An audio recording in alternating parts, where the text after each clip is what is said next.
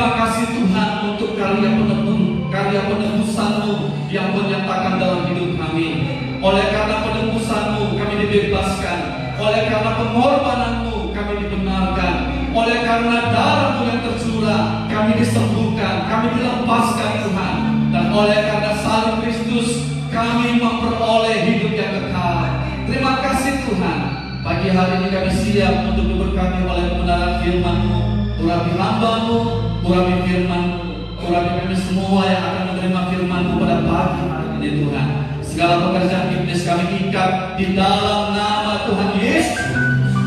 Mari Roh Kudus, berikan kami hikmat, berikan kami pengertian untuk kami dapat mengerti akan kebenaran firman-Mu.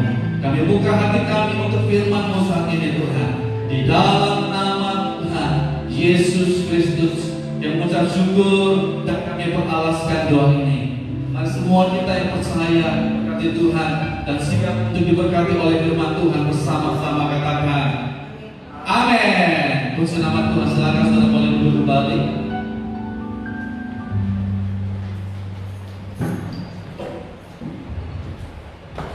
Ya shalom. Damai sejahtera Tuhan menyertai kita semua dimanapun saudara berada. Sekalipun saat ini saudara sedang menyaksikan mengikuti ibadah secara online, tapi saya percaya bahwa hadirat Tuhan tidak dibatasi oleh jarak, hadirat Tuhan tidak dibatasi oleh tempat. Doa kami sekalipun saudara tetap di rumah saudara, tapi hadirat Tuhan, kuasa Tuhan, kasih Tuhan, Roh Kudus tetap bekerja di dalam setiap kehidupan saudara. Puji nama Tuhan. Saudara, pada hari ini kita semua sedang merayakan kematian daripada Yesus Kristus Tuhan kita. Untuk itu saudara, kita akan melihat apa makna daripada kematian daripada Yesus Kristus. Saya ingin mengajak kita bersama untuk lihat di dalam 1 Korintus 15. 1 Korintus pasal 15 ayat 3 sampai dengan ayat yang keempat. Saudara, firman Tuhan pagi hari ini saya beri judul exchange atau pertukaran. 1 Korintus 15 ayat 3 dan ayat 4. Ya, kalau saudara sudah dapat, saya ingin kita baca bersama ayat ini. Sekalipun saudara di rumah saudara, tetapi saudara bisa membaca ayat-ayat firman Tuhan dengan tetap mengeluarkan saudara-saudara dengan suara yang nyaring. Kita baca setelah hitungan ketiga. 1 Korintus 15 ayat 3 dan ayat 4. 1, 2, 3. Sebab yang sangat penting telah kusampaikan kepadamu, yaitu apa yang telah kuterima sendiri, ialah bahwa Kristus telah mati karena dosa-dosa kita sesuai dengan kitab suci, bahwa Ia telah dikuburkan dan bahwa Ia telah dibangkitkan pada hari yang ketiga sesuai dengan kitab suci. Puji nama Tuhan. Saudara, Rasul Paulus mengatakan di sini bahwa sebab yang sangat penting telah kusampaikan kepadamu. Saudara, apa yang sangat penting? Berita apa saudara yang sangat penting yang telah disampaikan oleh Rasul Paulus? Saudara, saya percaya bahwa ada banyak hal-hal penting saudara yang telah disampaikan oleh Paulus. Tetapi Paulus mengatakan bahwa saudara-saudara, aku mau supaya engkau mengetahui bahwa sebab yang sangat penting telah kusampaikan kepadamu. Saudara, apa berita yang sangat penting itu saudara? Itulah berita tentang salib, berita tentang kematian Kristus. Itu menjadi berita yang sangat penting bagi Paulus. Jadi saudara, berita tentang salib Kristus atau berita tentang pengorbanan Kristus itu merupakan berita yang sangat penting di dalam pemberitaan Injil. Saudara, berita tentang salib Kristus itu harus menjadi sentral, harus menjadi pusat di dalam pemberitaan Injil. Saudara, kenapa saudara? Karena salib itu adalah jantung daripada Injil. Dengan kata lain saudara, berita tentang salib Kristus, berita tentang pengorbanan Kristus itu merupakan jantung dari pemberitaan Injil. Saudara, tentu kita sangat menyadari betapa pentingnya saudara jantung itu di dalam kehidupan manusia. Saudara, kita tidak bisa hidup saudara tanpa jantung. Saudara, orang masih bisa hidup tanpa tangan, orang masih bisa hidup tanpa kaki, Orang masih bisa hidup tanpa mata. Orang masih bisa hidup saudara tanpa telinga. Orang masih bisa hidup mungkin tanpa organ tubuh yang lain. Tetapi saudara, orang tidak bisa hidup tanpa jantung. Saudara, begitu jantung dicabut, begitu jantungnya saudara diambil, begitu jantungnya berhenti, maka kehidupan akan berakhir. Saudara, begitu jantung itu diambil, maka saudara kematian akan terjadi. Kenapa saudara? Karena sumber kehidupan, karena pusat kehidupan dari tubuh manusia itu ada pada jantungnya saudara. Nah, seperti itulah berita tentang salib Kristus. Saudara, sebagaimana jantung saudara itu merupakan organ tubuh yang sangat penting dari organ-organ tubuh yang ada pada tubuh manusia, maka seperti itulah saudara berita tentang salib Kristus. Seperti itulah saudara berita tentang kematian, berita tentang pengorbanan Kristus. Saudara semua katakan bahwa berita tentang salib Kristus itu merupakan berita yang sangat penting saudara. Karena sekali lagi, saudara, salib Kristus itu merupakan saudara jantung daripada pemberitaan Injil. Saudara, tanpa salib, maka saudara Injil akan kehilangan kekuatannya. Tanpa salib saudara, maka Injil akan kehilangan kuasanya. Tanpa salib, maka saudara Injil akan kehilangan pengaruhnya, akan kehilangan ketajamannya. Saudara, mengapa saudara ada banyak pemberitaan Injil saudara? Kenapa saudara sampai pemberitaan Injil itu kehilangan kuasanya? Kenapa saudara pemberitaan Injil itu kehilangan kekuatannya, kehilangan ketajamannya? Karena saudara, berita salib itu sudah diabaikan. Karena berita tentang salib, berita tentang pengorbanan Kristus itu sudah disingkirkan. Dan ada banyak saudara pemberitaan Injil yang dilakukan, di mana saudara dalam pemberitaan Injil itu berita tentang salib Kristus tidak lagi menjadi sentral, tetapi berita tentang salib Kristus itu diganti dengan berita-berita yang lain. Diganti dengan berita tentang kemakmuran, diganti saudara berita tentang salib Kristus, diganti dengan berita tentang kesuksesan, diganti dengan berita tentang berkat-berkat saja.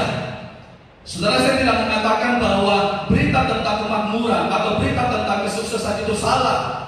Saudara, boleh saja saudara kita memberitakan tentang kemakmuran.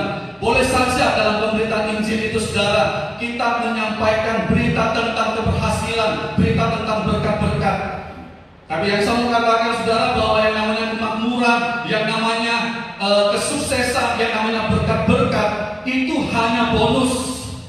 Saudara, firman Tuhan berkata bahwa kalau kita sungguh-sungguh hidup sesuai dengan prinsip-prinsip kerajaan Allah, maka semuanya itu akan ditambahkan dalam hidup kita. Tuhan akan memberikan bonus dalam hidup kita. Ketika kita sungguh-sungguh hidup sesuai dengan prinsip kerajaan sorga, maka kemakmuran akan Tuhan berikan, kesuksesan akan Tuhan berikan, berkat-berkat secara lahiriah itu akan Tuhan berikan kepada kita. Tapi saudara ingat baik, firman Tuhan berkata bahwa ada dua hal yang Tuhan karuniakan kepada kita. Hal yang pertama yang dikaruniakan kepada kita yaitu karunia untuk percaya kepada Kristus. Dan hal yang kedua yang Tuhan karuniakan kepada kita yaitu karunia untuk menderita karena Kristus. Saudara, kita bisa lihat itu di dalam Filipi 1 ayat 29.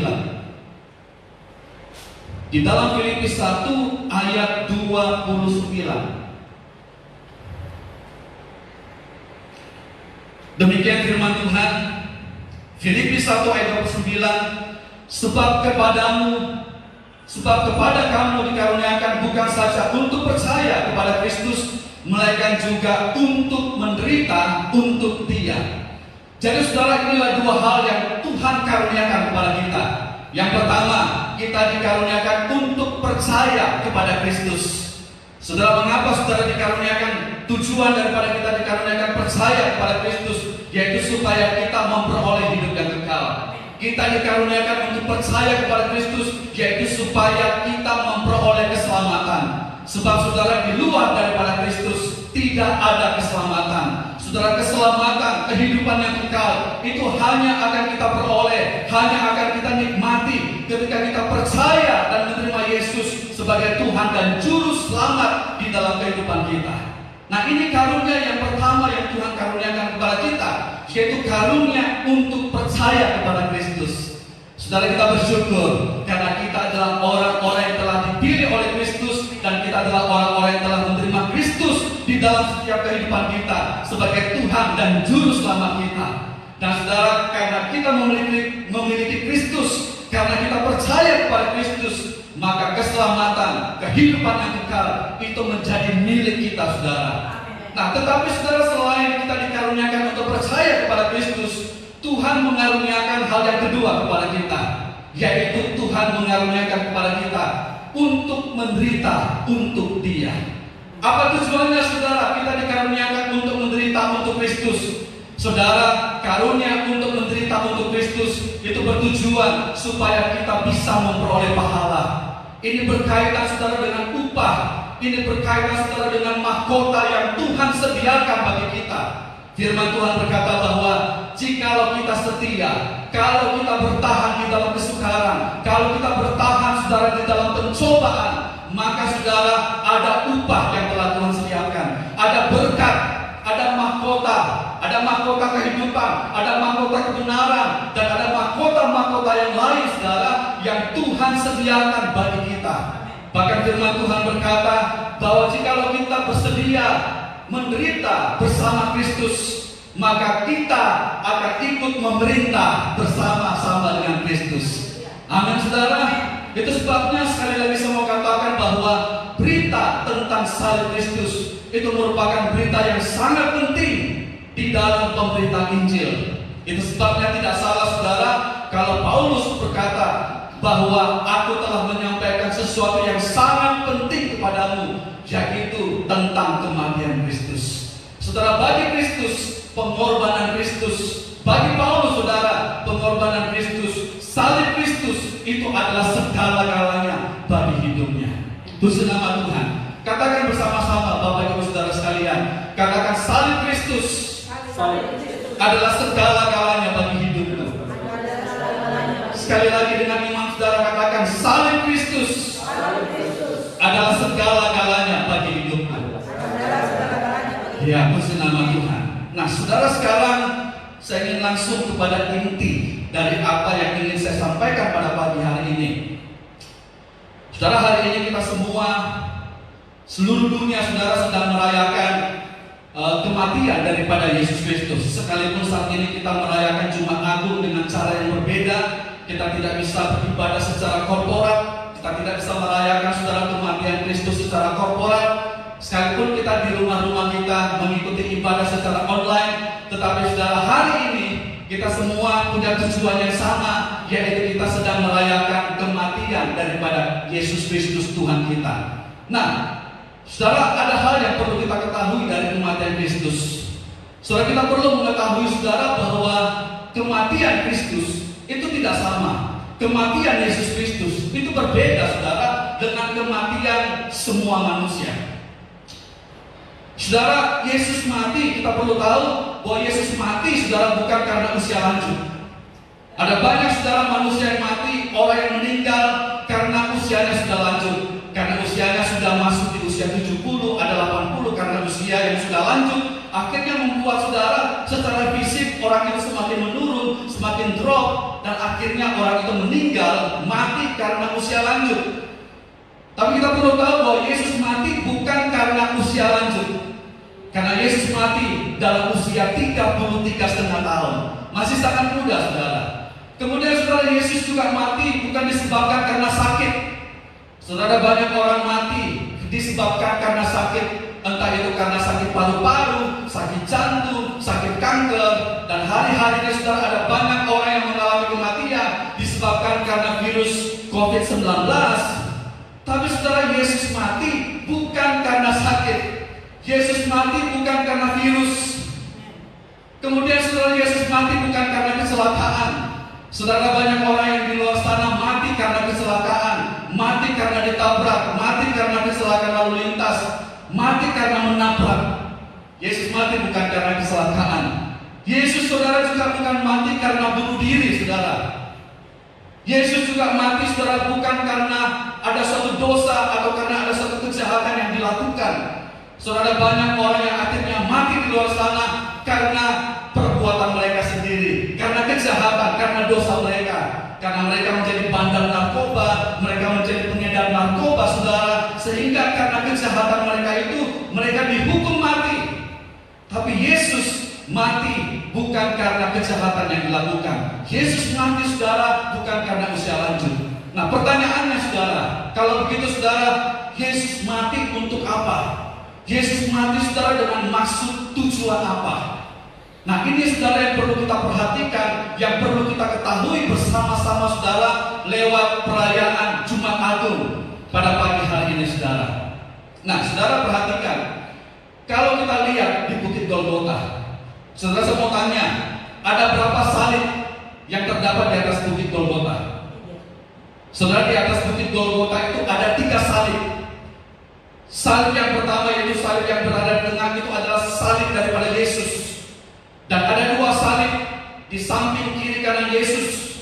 Dan 2 orang yang disalib di sebelah kiri dan di kanan Yesus, saudara, itu adalah 2 orang pembunuh. Nah, saudara, kita tidak perlu menghiraukan, saudara, 2 orang yang berada di sebelah kiri kanan Yesus, karena mereka adalah 2 orang pembunuh. Mereka adalah 2 orang berdosa. Kita tidak perlu menghiraukan mereka, saudara. Kenapa? Karena mereka dihukum mati, saudara, disebabkan karena dosa mereka sendiri, disebabkan karena perbuatan mereka sendiri, sehingga mereka dihukum, mereka disalibkan pada waktu itu. Saudara, mereka pantas, 2 orang itu, saudara, pantas untuk dihukum mati setimpal dengan perbuatan mereka.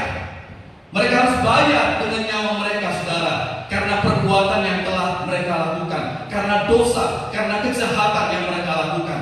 Mereka harus bayar dengan nyawa mereka. Artinya, saudara, 2 orang yang ada di sebelah kiri kanan Yesus itu mati untuk diri sendiri. Tapi, saudara, berbeda dengan Yesus. Yesus yang disalibkan di tengah-tengah, Yesus yang disalibkan di antara 2 orang pembunuh itu, saudara. Semua kita katakan bahwa Yesus yang ada di tengah-tengah itu tidak punya dosa. Saudara, dia tidak pantas untuk dihukum. Yesus tidak pantas, saudara, untuk disalibkan. Kenapa? Karena Kristus Yesus tidak punya dosa. Tidak ada kesalahan, saudara, yang dilakukan oleh Kristus yang mana dia pantas untuk dihukum mati, yang mana dia pantas untuk disalibkan. Tetapi dengan ini baik, Bapak Ibu Saudara yang dikasihi Tuhan, sekalipun Yesus tidak punya kesalahan, sekalipun Yesus tidak punya dosa, tetapi dia sendiri telah memilih untuk disalib.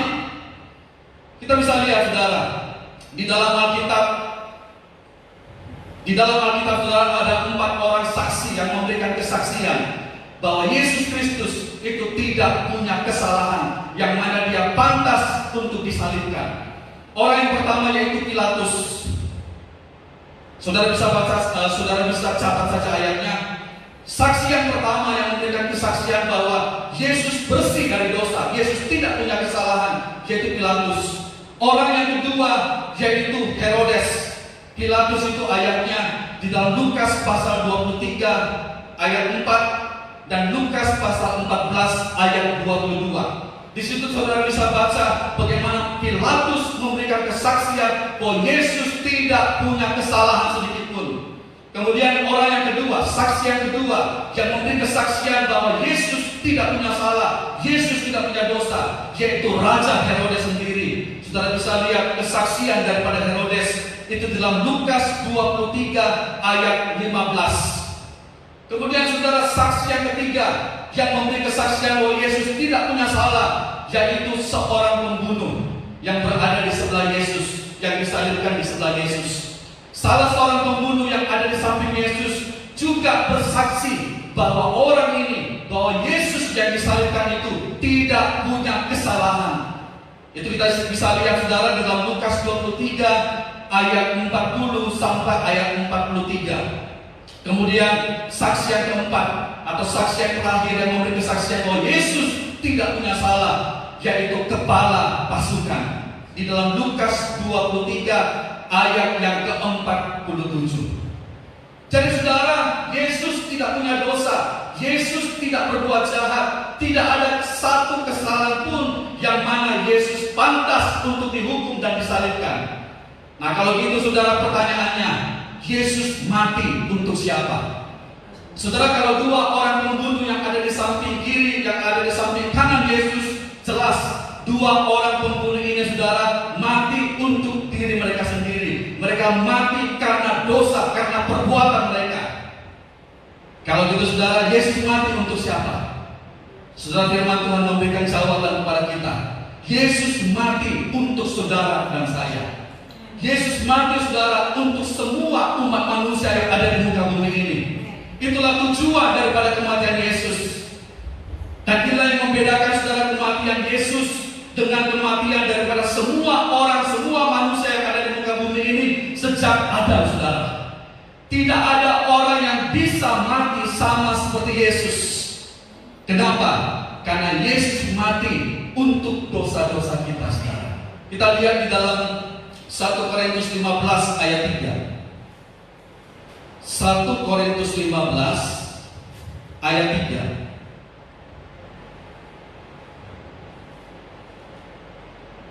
1 Korintus 15 ayat 3. Kita perhatikan kembali firman Tuhan ini. Demikian firman Tuhan, sebab yang sangat penting telah kusampaikan kepadamu, yaitu apa yang telah kuterima sendiri, ialah bahwa Kristus atau Yesus telah mati karena dosa-dosa kita sesuai dengan kitab suci. Jelas, Yesus mati saudara untuk siapa? Yesus mati saudara dengan tujuan apa? Firman Tuhan yang kita baca tadi memberitahukan kepada kita bahwa Yesus mati karena dosa-dosa kita saudara. Yesus mati untuk mengurusi, untuk membereskan, dan untuk menyelesaikan saudara semua dosa-dosa kita. Inilah tujuan daripada kematian Kristus. Yesus mati saudara untuk memperbaiki hubungan kita dengan Allah. Yesus mati saudara bukan untuk dirinya, tapi Yesus mati karena dosa-dosa kita, untuk dosa-dosa kita. Yesus mati saudara untuk menggantikan kita. Puji nama Tuhan. Dan saudara, inilah yang terjadi 2020 tahun yang lalu saudara. Inilah yang terjadi saudara di atas bukit Golgota. Inilah yang terjadi saudara di atas salib lewat karya penebusan Kristus. Saudara, inilah yang terjadi 2020 tahun yang lalu. Apa yang terjadi saudara? Apa yang dilakukan oleh Yesus? Saya ingin mengajak kita untuk kita lihat, kita baca bersama dalam Markus 15. Markus pasal 15.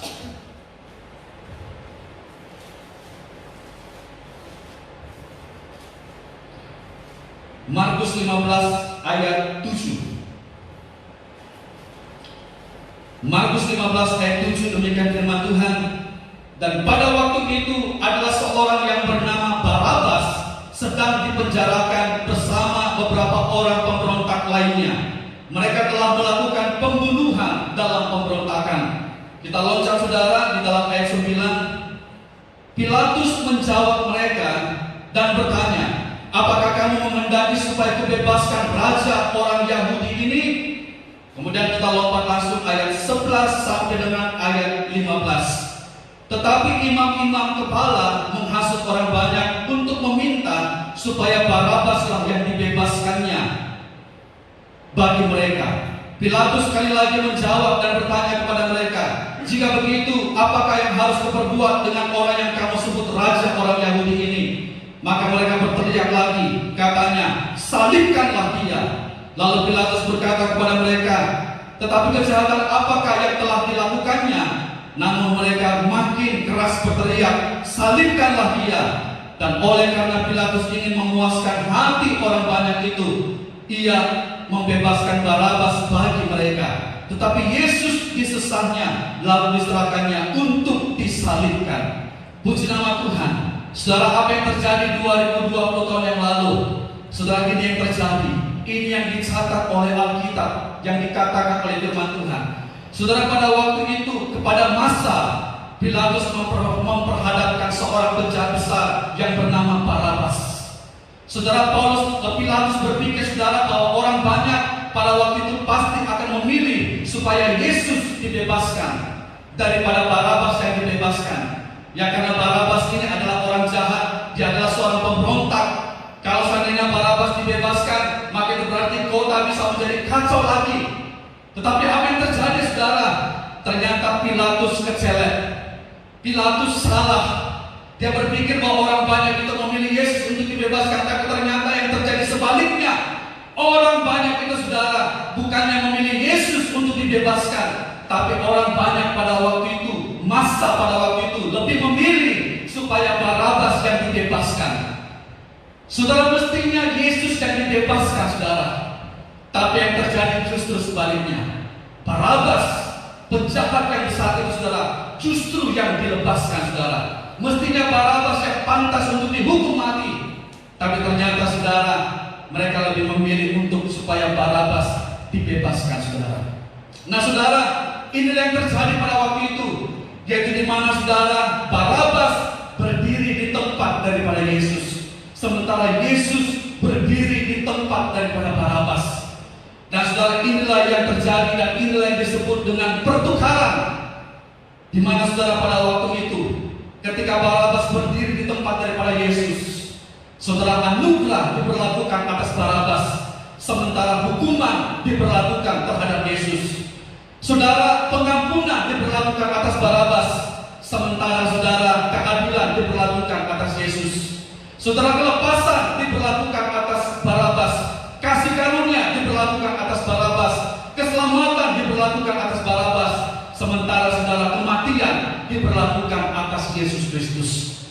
Saudara, pada waktu itu Barabas dianggap sebagai orang benar saudara, sementara Yesus orang benar itu dianggap sebagai orang berdosa. Dan saya mau katakan bahwa dua hal ini terjadi pada saat yang bersama-sama saudara. Di satu sisi saudara, di saat yang lain saudara, anugerah, kemurahan, kasih karunia Tuhan, kelepasan diberlakukan atas Barabas, tetapi di sisi yang lain kematian, hukuman saudara diberlakukan atas Yesus Kristus. Saudara, Barabas berdiri di tempat Yesus, sementara Yesus berdiri di tempat Barabas. Saudara perhatikan, saya mau katakan ini saudara, kalau Barabas bisa bebas, itu bukan disebabkan karena Barabas itu orang bersih, bukan karena Barabas orang benar sehingga Barabas bisa dibebaskan. Tapi kalau Barabas bisa dibebaskan saudara, itu disebabkan karena Barabas menempati posisi, menempati tempat daripada Yesus. Barabas yang adalah orang berdosa dijadikan tidak berdosa, sementara Yesus yang adalah orang benar saudara, tidak punya dosa, dijadikan dosa. Maka genaplah saudara apa yang dikatakan oleh firman Tuhan di dalam 2 Korintus pasal 5 ayat 21. Kita bisa lihat, kita bisa baca bersama dalam 2 Korintus 5 ayat 21.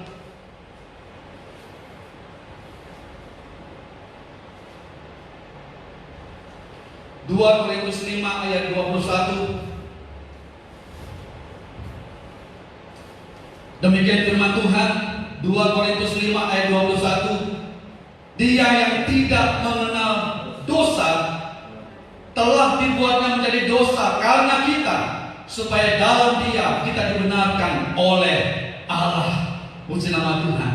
Di sini kita melihat bagaimana kasih yang begitu besar yang telah Tuhan tunjukkan, yang telah Bapa tunjukkan melalui anaknya Yesus Kristus.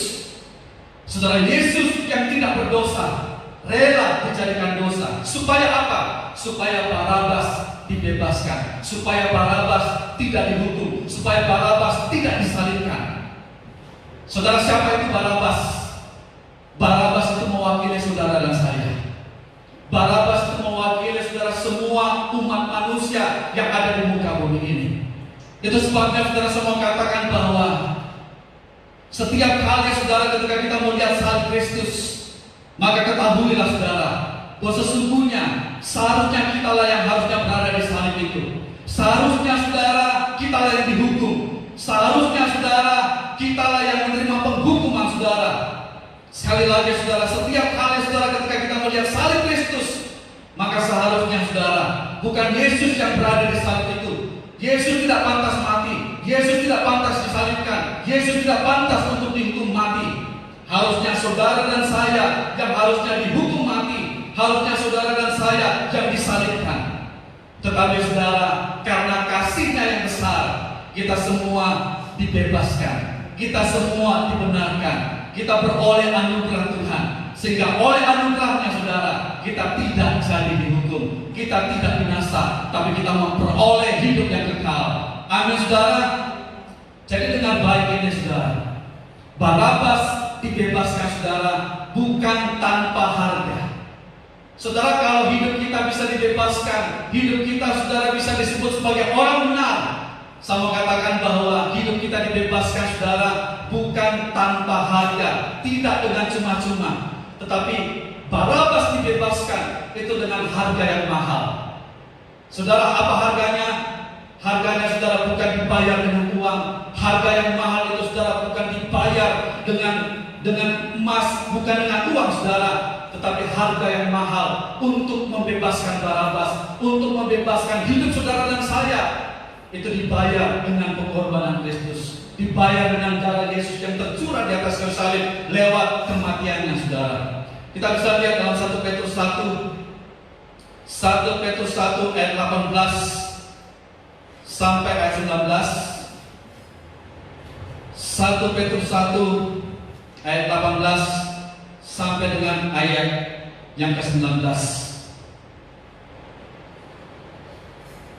Demikian firman Tuhan. 1 Petrus 1 ayat 18 dan ayat 19. Sebab kamu tahu bahwa kamu telah ditebus dari cara hidupmu yang sia-sia yang kamu warisi dari nenek moyangmu itu, bukan dengan barang yang fana, bukan pula dengan perak atau emas, melainkan dengan darah yang mahal, yaitu darah Kristus yang sama seperti darah anak domba yang tidak bernoda dan tak bercacat. Puji nama Tuhan. Alkitab firman Tuhan memberitahukan kepada kita bahwa hidup kita sudah ditebus, dibayar dengan harga yang mahal, dan dibayar saudara bukan dengan uang, dibayar bukan dengan emas, dibayar bukan dengan perak, tetapi hidup saudara dan saya ditebus, dibayar saudara dengan harga yang mahal, yaitu dengan darah, dengan pengorbanan, dengan nyawa, dengan kematian daripada Yesus Kristus Tuhan kita di atas kayu salib. Itu sebabnya saudara, apa yang harus kita lakukan saudara? Setelah kita telah menerima kasih Tuhan yang begitu besar dalam hidup kita, saudara, tidak ada kasih yang lebih besar daripada pengorbanan Kristus yang telah Dia berikan bagi hidup kita. Saudara, apa yang dilakukan oleh Yesus Kristus di atas kayu salib, itulah puncak daripada kasih Allah. Nah saudara, apa yang harus kita lakukan untuk dapat membalas kasih Allah yang besar yang telah Tuhan berikan dalam hidup kita? Saudara, sesungguhnya kita tidak bisa membalas kasih Tuhan yang besar itu saudara, tetapi minimal saudara, ada hal-hal yang bisa kita lakukan untuk membalas kasih Tuhan yang besar itu. Saudara, yang pertama yang harus kita lakukan untuk kita dapat menghargai pengorbanan daripada Kristus, yaitu saudara, kita harus persembahkan tubuh kita sebagai persembahan yang hidup, yang kudus dan yang berkenan kepada Tuhan. Firman Tuhan berkata bahwa hidup kita sudah ditebus oleh pengorbanan Kristus. Maka itu berarti saudara bahwa hidup kita bukan milik kita lagi. Hidup kita saudara adalah milik daripada Kristus. Itu sebabnya saudara, untuk membalas kasih Tuhan yang besar, mari saudara, kita mau persembahkan hidup kita, persembahkan tubuh kita sebagai persembahan yang hidup, yang kudus dan yang berkenan kepada Tuhan. Kemudian apa yang harus kita lakukan saudara untuk membalas kasih Tuhan yang besar? Yang harus kita lakukan saudara, mari kita hidup dalam pertobatan, kita hidup dalam kebenaran. Mari saudara, kita mau tinggalkan segala tingkah laku jalan-jalan kita yang jahat. Sebab untuk itulah saudara, Kristus Yesus mati di atas kayu salib, yaitu untuk menebus dosa-dosa saudara dan saya. Karena itu saudara, untuk menghargai pengorbanan Kristus, saudara, mari kita mau bertobat dari dosa-dosa kita. Kita hidup dalam pertobatan, kita hidup di dalam kebenaran. Dan yang terakhir saudara, yang harus kita lakukan untuk supaya kita bisa membalas kasih Tuhan yang besar dalam hidup kita, saudara, mari saudara, kita hidup mengikuti jejaknya Tuhan. Mari kita mengikuti teladannya Tuhan. Apa artinya mengikuti jejak teladan Tuhan? Artinya bagaimana caranya kita mengikuti jejak teladan Tuhan? Yaitu dengan cara kita hidup di dalam kasih, kita hidup di dalam pengampunan, hiduplah di dalam kesucian, dan hiduplah di dalam ketaatan saudara. Puji nama Tuhan. Mari kita hargai pengorbanan Kristus, kasih Yesus yang sudah dinyatakan bagi hidup saudara dan saya. Saya percaya bahwa kasih Tuhan melingkupi setiap kehidupan kita pagi hari ini. Satu ayat terakhir kita bahas, Yesaya 53 ayat 2 sampai dengan ayat 5. Kita akan baca bersama ayat firman Tuhan ini. dan kita akan datang menyembah Tuhan. Yesaya 53 ayat 2 sampai dengan ayat 5. 2, 3. Sebagai karung ia tumbuh di hadapan Tuhan, dan sebagai tunas dari tanah kering. Ia tidak tampan dan semarangnya pun tidak ada sehingga kita memandang dia, dan berupa pun tidak sehingga kita menginginkannya. Ia dihina dan dihindari orang, seorang yang penuh kesengsaraan dan yang biasa menderita kesakitan. Ia sangat dihina sehingga orang menutup mukanya terhadap dia, dan bagi kita pun dia tidak masuk hitungan. Tetapi sesungguhnya penyakit kitalah yang ditanggungnya, dan kesengsaraan kita yang dipikulnya. Padahal kita mengira dia kena tulah, dipukul dan ditindas Allah. Tetapi dia tertikam oleh karena pemberontakan kita, dia diremukkan oleh karena kejahatan kita.